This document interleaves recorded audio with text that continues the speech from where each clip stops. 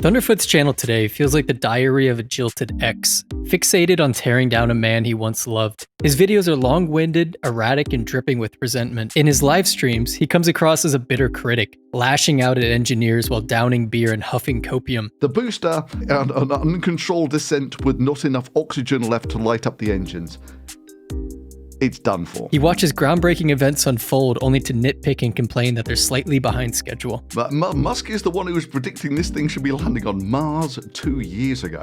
But it wasn't always like this. Thunderfoot is an OG YouTuber who created some of the most compelling and authentic scientific content on the platform. And he's been doing it longer than some of you have been alive. So how did we get here?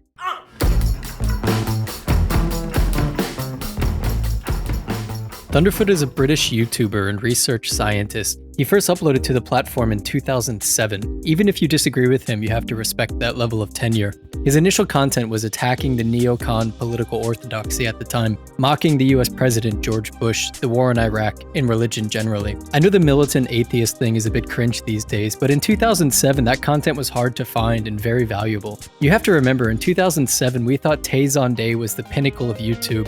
Chocolate rain. This is Editing Molotov checking in from the future. That actually was the pinnacle of YouTube. That song slaps. The religious right still controlled the Republican Party, and YouTube looked like this. Thunderfoot established himself as a man with intellectual integrity when he published over a dozen videos pointing out that Islam is just as outdated and defunct as every other religion. The most pathetic part of the anti-religion movement today is the complete thrashing of Christianity and the silence or even support of Islam. Thunderfoot had no such hypocrisy. He produced bangers such as My Little Finger versus the entire Muslim faith. I will demonstrate that I have more power in my little finger than the Islamic god Allah.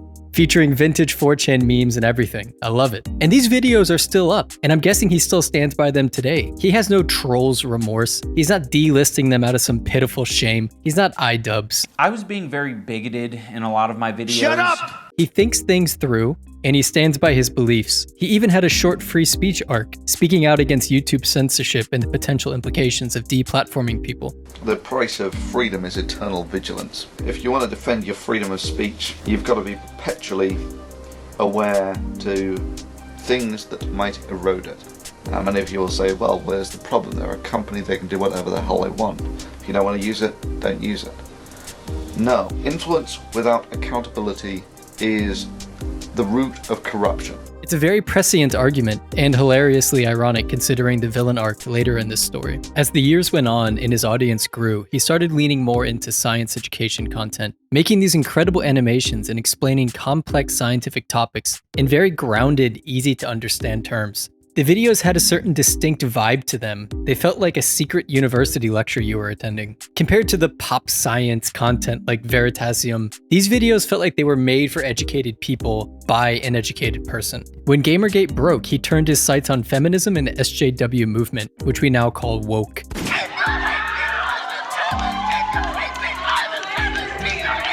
And you want to know where all this is coming from?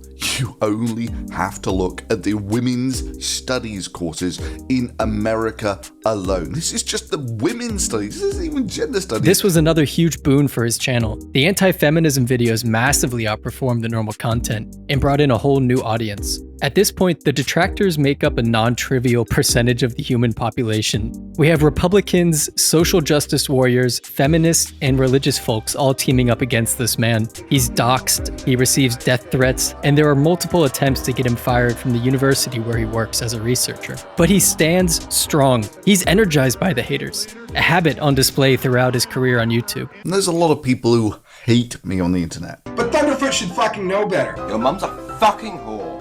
Fuck you, Thunderfoot. Fuck you. This is why, Thunderfoot. I can't wait for you guys to hurry up and pass away so that more women and non-whites can take their proper seat at the table. Thunderfoot is a clown. At this time, he starts his Busted series, which is hugely popular, debunking vaporware products, people, and companies. He does so in a methodical and highly informed way. These videos are great, honestly. Solar Roadways is an all-time classic. I actually used that video to settle an argument with my roommate at the time. The haters kept piling on and his channel kept growing. You can't keep getting away with it! The Busted series consistently received 500,000 to several million views per episode. And then something very surprising happened. He made a candid video about the death of his father, sharing how close they were, the survivor guilt he's struggling with, and the thoughts on his own mortality. So, earlier this week, my dad died. There's complications due to his cancer. Yeah, so much of it just completely blindsided me. I just wasn't ready for it. With my dad and me, not only were we very close, he was still a very mentally active man. The bottom just drops out of your world, and then you still step outside and everyone's going about their business as normal, and just seems very difficult to wrap your head around that. This video is so genuine and vulnerable. Putting this out on YouTube, knowing the most vile portion of your haters will use it against you, takes a lot of bravery. I mean, honestly, this video made me tear up. Anyone who's lost someone close to them can relate to what he's saying. This goes back to his integrity. He talks shit, he inflames people, but he's always honestly conveyed his thoughts on YouTube. And when his thoughts were consumed by grief for the loss of his father, he shared that too. There's a pattern emerging at this point. He speaks his mind without any concern for the detractors. He has mental integrity, curiosity, and he's obviously highly educated. And then in 2016, something happened that would change everything.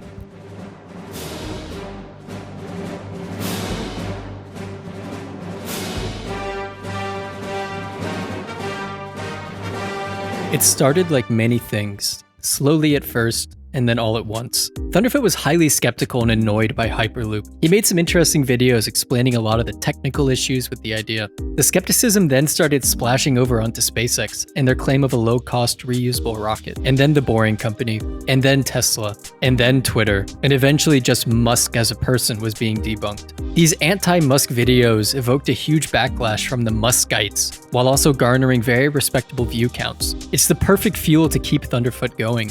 He's getting double positive feedback on every Musk video he makes. Massive cringy backlash from the Musk fanboys, which he loves, by the way, and huge numbers thanks to the legions of other Musk haters. Over time, Thunderf00t clearly develops a true hatred for Elon, going well beyond just poking fun at his ideas and aspirations. There's a certain venom and spite that becomes apparent as time goes on. It's less than a year since I put up a video saying that Elon Musk would be bankrupt in 5 years. Musk apparently saw that and said, "Hold my ketamine, I can speedrun that in 3.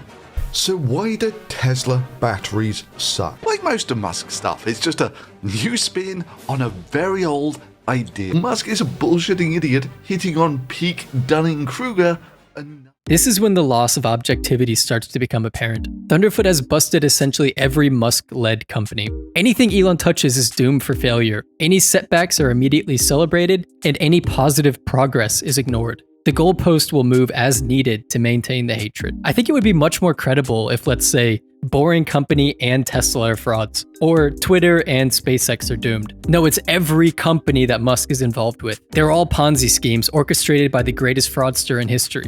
The pinnacle of this Musk failure obsession is the Starship saga. It started in 2017 debunking the BFR, what we now know as Starship, point-to-point travel on Earth. Over the years, he made various follow-ups pointing out issues with Mars colonization, the dimensions of the ship, the economics, the schedule, whatever. Like, he hates that thing. Well, he doesn't actually hate it, he just hates Elon Musk, and that gets projected onto everything around him. And then he starts live streaming the Starship launches. And that's when things really go downhill. 3, 2, everyone say big bada boom! And yeah, all that yellow...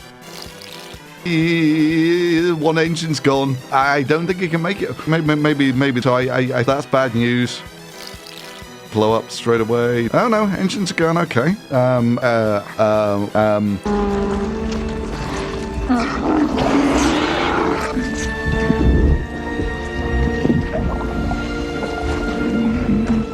It's afraid. It's afraid! 4, 3, 2, 1. Flight termination system activate.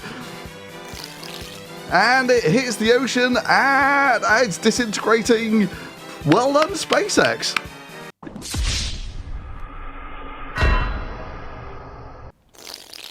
I actually feel bad for the guy. He's obviously a huge space fan, specifically the Saturn V rocket and the shuttle. He talks about it all the time in his videos. But watching the modern day Saturn V be beta tested in real time in HD, it's just, oh, sorry guys, I don't keep up with this stuff. If this was a NASA program, you would need to mop the floor under his chair after each video. But because it's Elon Musk, after the streams, he goes on Twitter and argues with 12-year-olds for hours. I'm not exaggerating, hundreds and hundreds of tweets, defending himself, pointing out the flaws in Musk's schedule, arguing with strangers, like it's so futile and pointless. Elon Musk has broken this man. Go yourself. And it's honestly a tragedy because we lost one of my favorite content creators in the process. Let's just look at the numbers to see how the channel has changed as the Elon derangement syndrome sinks in. This is the percentage of videos uploaded per year that are specifically about Elon Musk and his companies. 2016 to 2020, we're at a reasonably sane 10-ish% of uploads are about Elon. Primarily Hyperloop at this point. No one cares, 10%. And then something happens in 2021. We jump up to a staggering 40%. And this guy uploads a lot. This isn't 1 or 2 videos, so the percentages look huge. No, like he uploads 80 videos a year. More than once a month, this guy is sitting down at his computer for hours, recording, editing, and publishing long takedowns of what some other guy is doing with his time. It's just like weird. That's fucking weird, man. In 2024, we're on track to be over 60% of the videos about Elon. At this point, his channel is more prolific than most of the normal Musk sycophants that have channels dedicated to him. A lot of the Elon Musk ball hangers say that Thunderfoot is motivated by politics or that he's woke. It's so lame. Please stop, people. Like, it's pathetic. If anything, based on his history, Musk and Thunderfoot are reasonably aligned politically. They're anti-woke. They laugh at feminists, they both like space. I have a different theory, a more salacious theory. I may not be an actual scientist like Thunderfoot, but I do have a PhD in Marxist ceramic theory. I like to call this smart guy syndrome. We all have to construct an identity for ourselves. For some people, that's their looks. For others, it's their job or money. And for some people, it's their intellect. When a beautiful woman starts to age and lose her beauty, if that's her entire identity, they often fall into the plastic surgery spiral to try and reclaim their sense of self. Men who identify with their jobs work until they drop dead of a heart attack, dying with a huge bank account, kids who hate them, and multiple ex-wives. And people who identify with their intellect have a hard time admitting that they're wrong, because that would mean a core part of their identity is flawed. More than that though, if you're an intellectual, an academic, a scientist, it's easy to justify why other parts of your life are not what you want them to be. Oh, I'm single because women don't understand me. My house is a mess because I'm too smart for trivial tasks. People think I'm weird because they don't comprehend things like I do. All the standard tropes of the tortured genius. It gives you an easy excuse for all the defects in your life. You can ignore all your ancillary issues because they're not even a part of your identity anyways. You only identify with your intelligence. And that's the excuse for everything in your life. These types of people hate Elon Musk. He embodies all the traits they try to ignore and is more successful than any of them. He's rich, he's knocked up like half of North America at this point. People think he's cool and smart. So what's my excuse? Well, why don't people think I'm cool and smart? Why haven't I knocked up 20 women? You don't have an excuse anymore, and you hate him for that. In conclusion, Thunderfoot, baby, I miss you. Baby, come back. Just come back home. We can put this all behind us. I don't even care. Sure, you're right about Elon Musk being a fraud. Who gives a shit? Can we just have some cool science and debunking videos again, please? Please. Oh, and a little PS at the end here. I wanted to pre-respond to the haters in the comments. You're not addressing any of his points, you're just doing ad hominem attacks. Look, there's a million spurgs online who have done detailed takedowns of all of his arguments. It's pointless. I mean, Thunderfoot's doing like scientific breakdowns of the Tesla stock price. That's not how the stock market works. Everyone has an opinion, you put your money behind your opinion, and then time proves who is right. Let's just wait. Let's just wait a few years and then it will be obvious. I'm not gonna argue. You're just an Elon D writer, you suck. I am not defending Elon Musk in this video.